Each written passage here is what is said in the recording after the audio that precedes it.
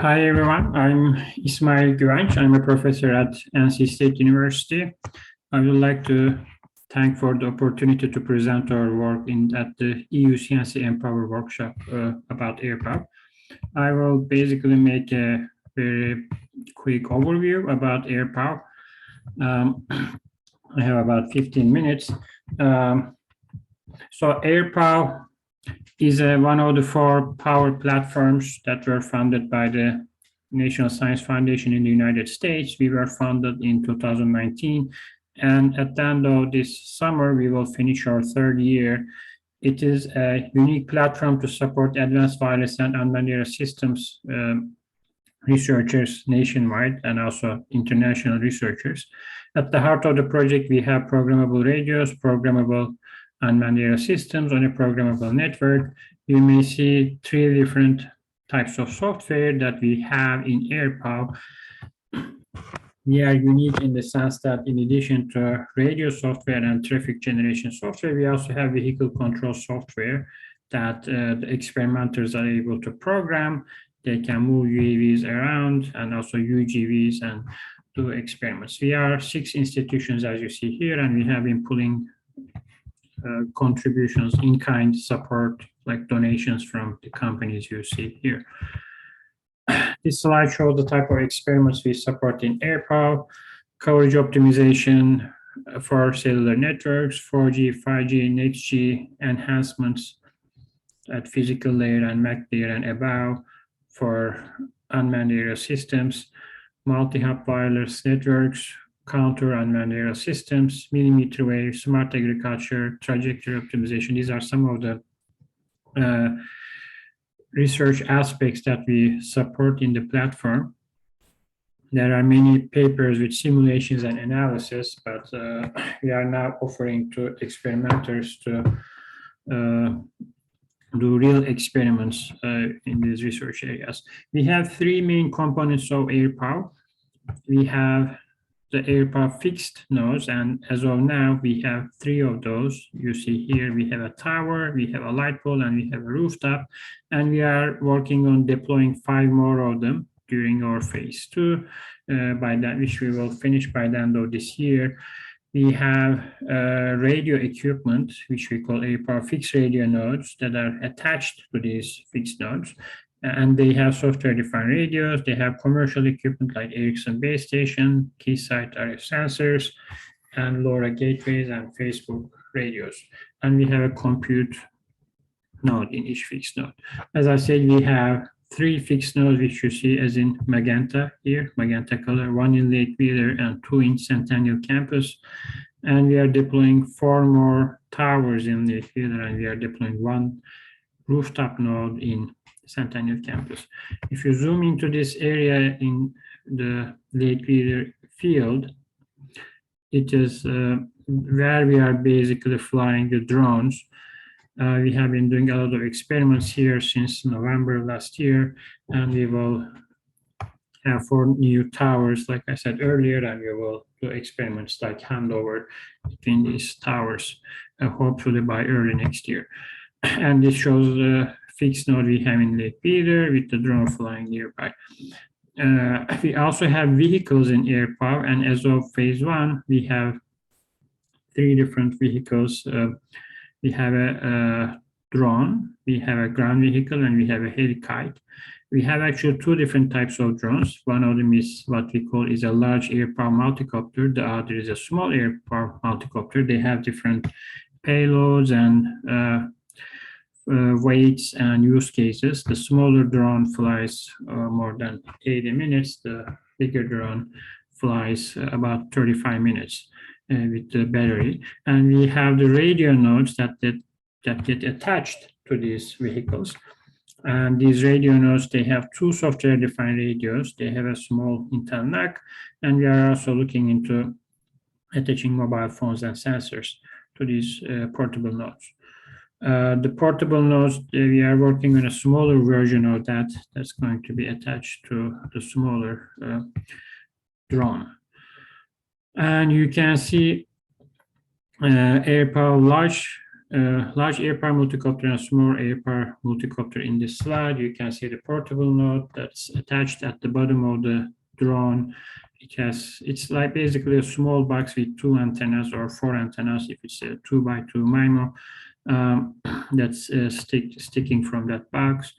We also have additional links that go to this drone. This is a fully custom designed drone.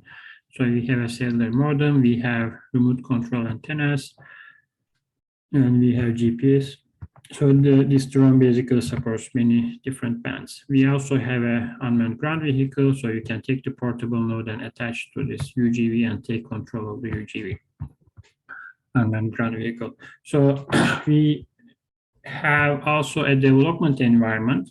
Before you go to the test bed and experiment with the fixed nodes and portable nodes, you can actually develop all the software in the AERPAW's development environment.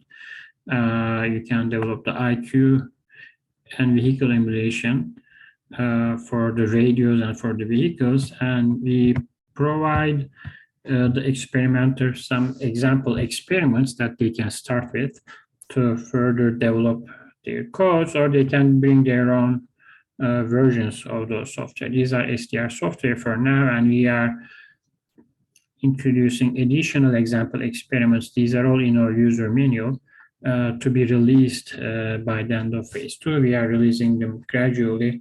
In addition to SDR experiments, we are also looking at releasing non-commercial, so example experiments for non-commercial, for commercial radios like Ericsson, Keysight, and Facebook. So SDR is open source, but we also have commercial equipment deployed in AERPAW.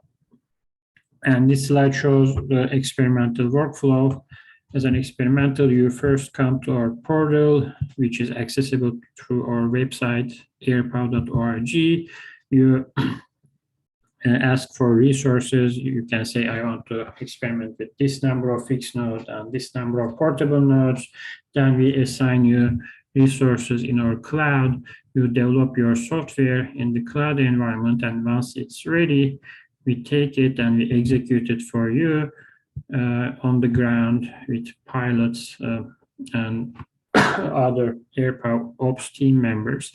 And then once we have the data, we give it back to you. You can go back to the development environment and refine your code that you have developed, and you can ask us to execute it again in the field.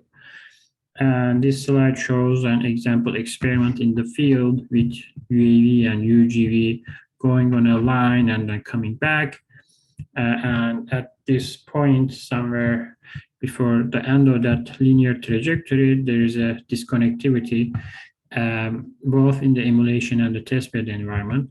And we have been comparing the results from emulator and the testbed, both for the vehicle outcomes, vehicle software outcome, and also the radio outcome. We were just looking at ping delays when we are using SRS-RAM.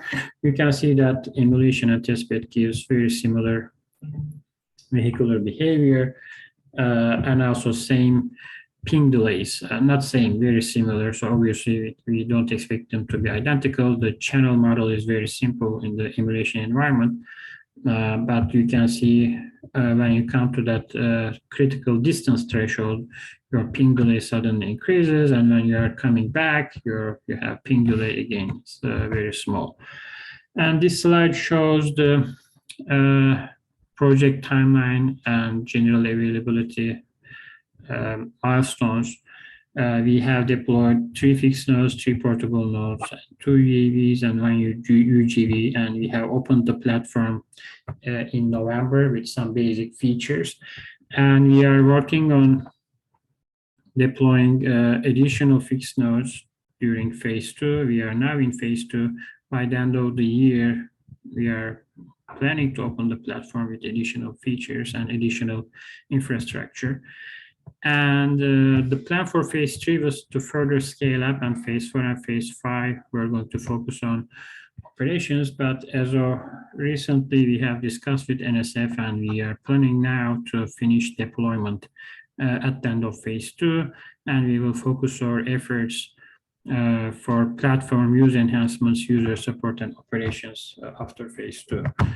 And this slide shows a typical experiment with the drone from Lake Leader. Here, the drone basically goes on a zigzag pattern in Lake Leader, communicating with the tower, actually collecting IQ samples from the LTE node base station, the tower I have shown earlier. And for this example experiment, we collected data at 5 different altitudes, and we collected IQ samples, and we post-processed them in MATLAB LT toolbox.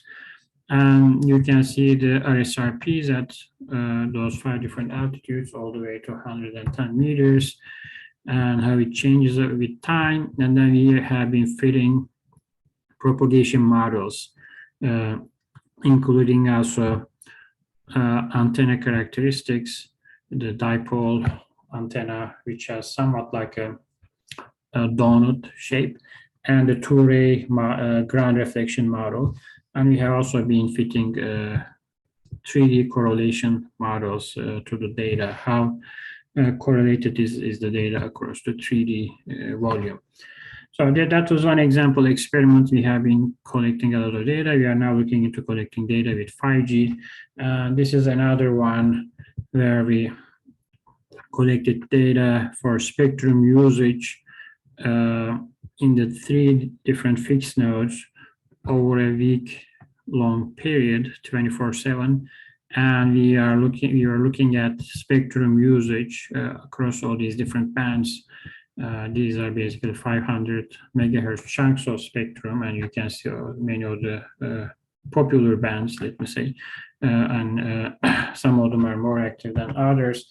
And if you just, you can, when you get that data, you can obviously focus on any of the frequencies. If you just look into the Verizon band 13, which is one of the active bands nearby those 3 different fixed nodes in the uplink and downlink, you can see that the spectrum occupancy is higher, obviously, during the daytime for the downlink and uplink bands, except in the uplink of Lake Leader, we don't see much spectrum activity change across the day. This is because there are only few people coming around Lake Leader. It's very rural. On the other hand, CC1 and CC2, they are more urban type of environments. You can also see CC2, which is a rooftop, has higher signal strength compared to CC1, which is a light pole, compared to a rural area, which is the last figure, the yellow figure you see there. Just to give a sense of the types of experiments we have been working on. So we have supported many other experiments during the past 6 months since we have been generally available. We have hosted researchers from Europe. Actually, Vasily Samkin was here, another researcher from Italy. He was visiting our university for the whole semester and doing a lot of experiments, especially with UGVs. We have done experiment with the Helikite. We flight it a couple of weeks ago for the first experiment, and we attached the portable node as you see here, and we collected all those spectrum data with altitudes up to 500 feet. And this is my last slide. This shows how we have been using AERPAW over the past 6 months or so. We have now 9 distinct projects and 16 instances of those projects. We have had 176 man-hours of AERPAW Ops team members who have helped executed projects for experimenters in the field. And we have had 13 fixed nodes and 13 portable nodes, distinct users of fixed nodes and portable nodes, 5 distinct users of large drone, and 2 distinct users of the small drone. And UGV has been, or unmanned ground vehicle, has been used extensively as well, 10 times, and Helikite has been used only one, which was very recently. We have a roadmap on additional experiments from our experimenters, and also some of the AERPAW team members. We have experiments lined up, so we have a busy schedule for the rest of the year. But we will be happy to work with you if you are interested in to use AERPAW or have some questions. We will be happy to address your questions. You can contact us, aerpacontact@ncsu.edu. Thank you for listening. Again, I appreciate for the opportunity.